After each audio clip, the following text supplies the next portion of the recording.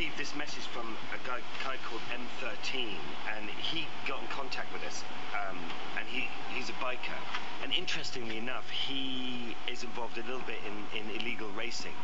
He said he could organize this whole day of bikes and madness. He said he's not going to take his helmet off because he doesn't want to be filmed, and for obvious reasons, because of illegal racing. He's got some GPS coordinates for us by some temple or something, and all the guys are going to meet, and then they do it like really early in the morning, so they obviously avoid traffic and probably the police. So I could be, this time tomorrow, I could be in jail. Who knows? Anyway, we'll give him a go.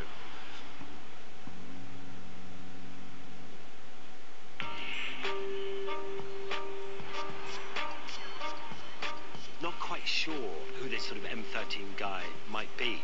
Who are these guys that we were going to go meet, and where they're going to be nice, and all those questions were sort of buzzing around your head. He's not around, so we'll have to see. Operators here. They've got their leathers, all their knee pads are all scraped out. I mean, they've obviously done lots of track days.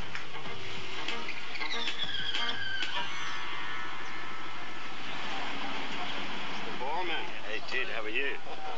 See you. You alright? Yeah. Sorry we're running a bit late. Just nervous. I got all these guys breathing down my neck. Well, it seems like a big bunch of guys here.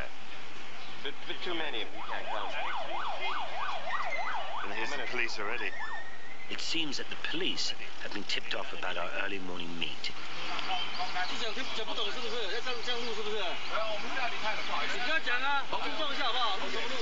he likes the bikers here. No, we have to go. Just walk away. Just walk away.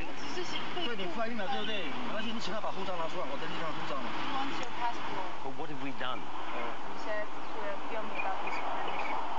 It's a language communication, that's all. Claudio, who didn't understand what he was saying, so we're very sorry. He was saying it in Chinese, which was difficult. You apologise on our behalf because we don't speak Chinese, so Claudio didn't understand what he was doing. Eventually we calmed down the policeman and said that we'll fuzz out your face and we won't use it. And that seemed to be good enough for him. So we finally managed to get on the bike and headed off just down the road to meet all the others. I wonder how many times we're going to see the police today. Do you often get hassled from the police? Yes. Yes. All the time. Speeding tickets.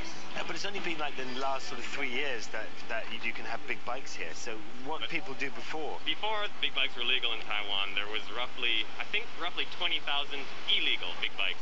And I think it was better back then because you'd ride in big groups, no one had license plates, no one had to worry about fines or anything. And the police, if you were with a group, they would leave you alone because it was too much of a hassle. And the rule was if you're riding by yourself, you couldn't stop at any red lights because you stopped at a red light, a cop might come running up behind you and pull out your keys. Yeah. So it was heaven. I used to do this when I was a bit younger. We used to go and meet and have a good little burnout. But, these guys go quite quick, so we'll have to just make a judgment on how fast I want to go.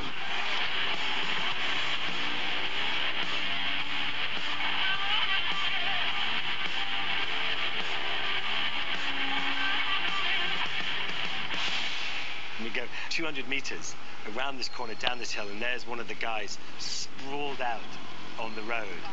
Well, that's what happens with overexcitement. That's the sad part of the whole thing there, really. He was very winded and obviously in a lot of pain, had hurt himself. Where's the bike?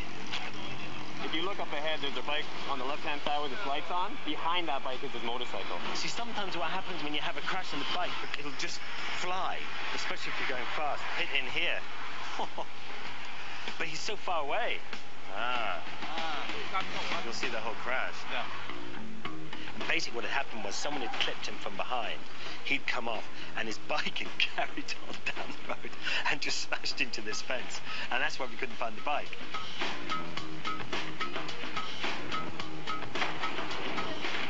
Is he okay?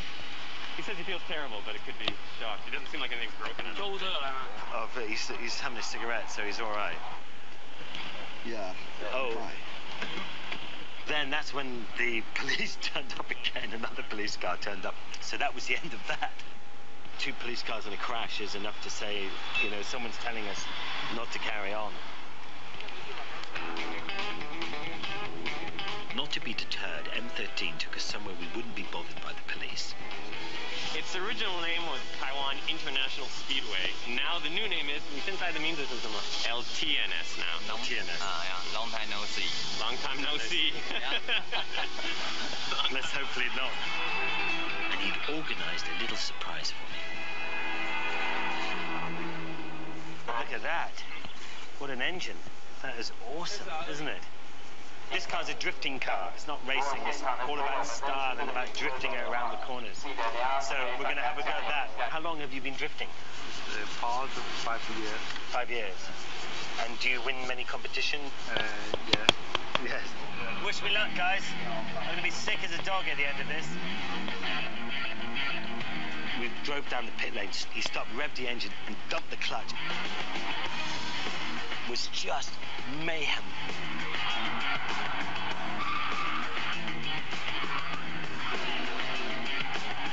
We were coming barreling into corners, and he was just throwing the back end out. I don't think there was a moment where we weren't drifting from one side or to the other.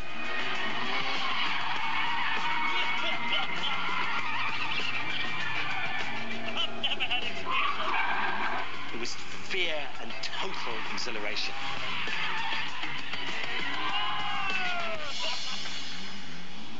That is incredible. Just brilliant. Oh, tire. Yeah, that was what? How long were we riding for? About 5 minutes? 5 minutes. Yeah. Gone. That was one of the best experiences I've had, certainly on this trip. I feel a little bit car sick now, but other than that, I feel great.